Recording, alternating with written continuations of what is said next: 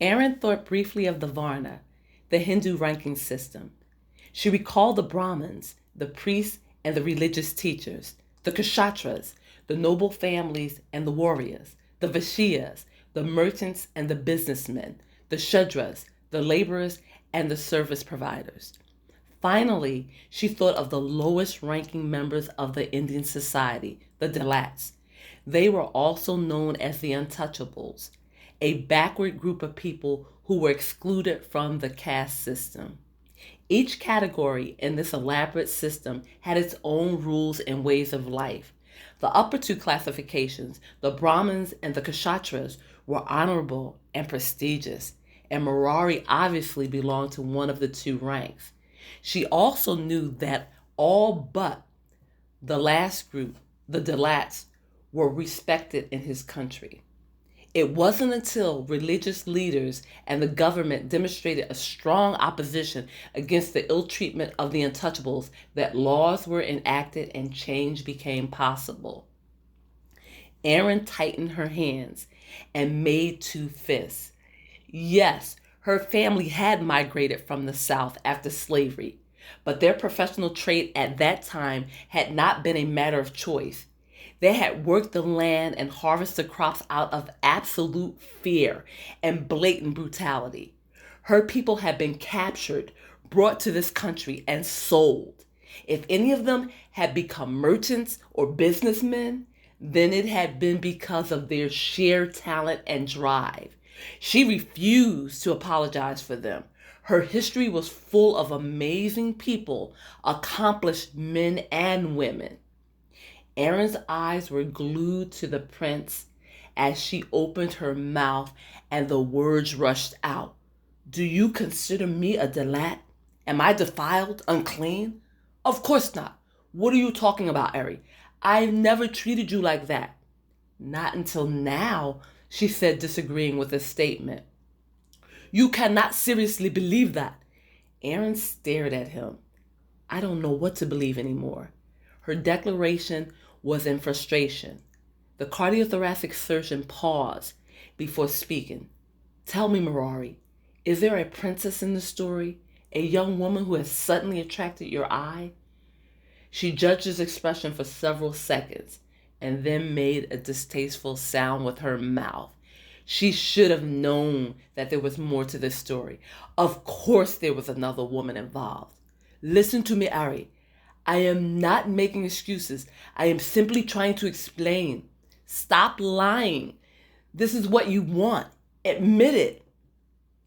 He moved about the room, drawing his hands through his black hair and looking about in frustration. Things are not that simple. I am accountable for all of my actions, each decision I make. You should have thought of that before you stepped into my life 3 years ago, she said, brushing aside his comment and continuing with her interrogation. The sarcasm in her voice was thick. Are you moving out? Is that what this is about? I am not trying to hurt you. This isn't how I plan to leave things. I want you to at least understand my side of it. She became incredulous. He couldn't possibly be expecting empathy from her. He was literally breaking her heart. Yet he wanted compassion? Mercy? Where are you going to live? Asked Erin when he did not deny her accusation. No, don't tell me. Let me guess. You have a palatial residence in India with lots of servants, which is also a part of your birthright. Am I close? You cannot possibly be royalty without such luxuries. He glared at her and noted her biting sarcasm. You are correct. I am leaving, he said, retaliating in like anger. My family does own a palace in northern India, but we no longer live there. Today it functions as a hospital.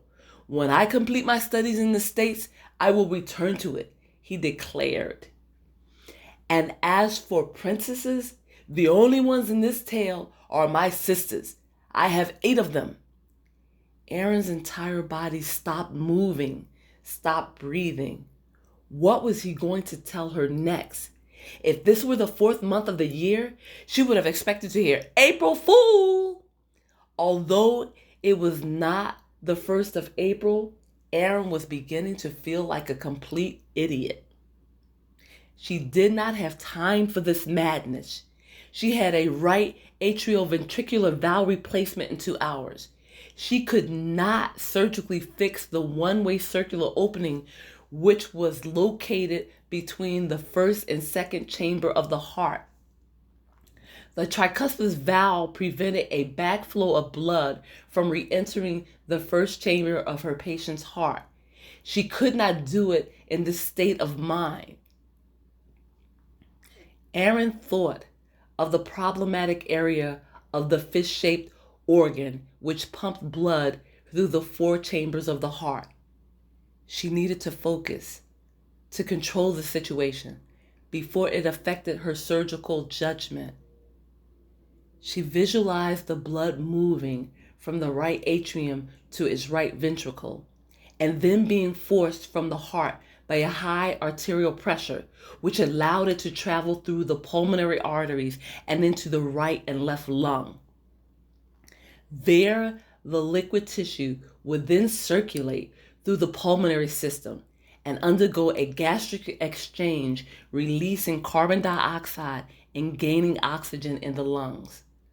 The oxygenated blood would then return to the heart via the pulmonary veins and fill the left atrium and left ventricle. Erin pictured the blood leaving the aortic of the heart and traveling through a series of arterial vessels, which permitted it to rush to the upper extremities of the body, the neck, head, and arms, as well as the lower region of the body, the chest, abdomen, and legs.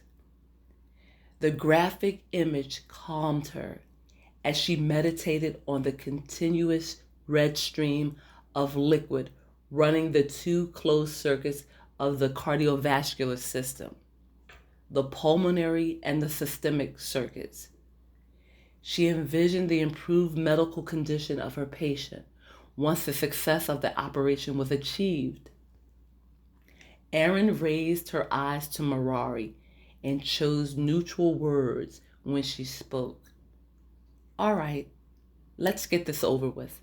Talk to me, but do not yell, and no more cruel words. They are not necessary. The emotional outburst does not suit either of us." The microvascular attending paused. With some effort, he collected his thoughts. "I love you, Ari. You know it to be true. But that is not enough. It will not free me from what I am required to do. My family is ruled by tradition. Our customs are a way of life. Our gods dictate the path we choose. The stars announce my name at birth. My parents do what to call me simply by their existence. You cannot compete with that." "I'm not trying to. I am my parents' son, Aaron. I make no excuses for who I am, but I cannot continue in this relationship.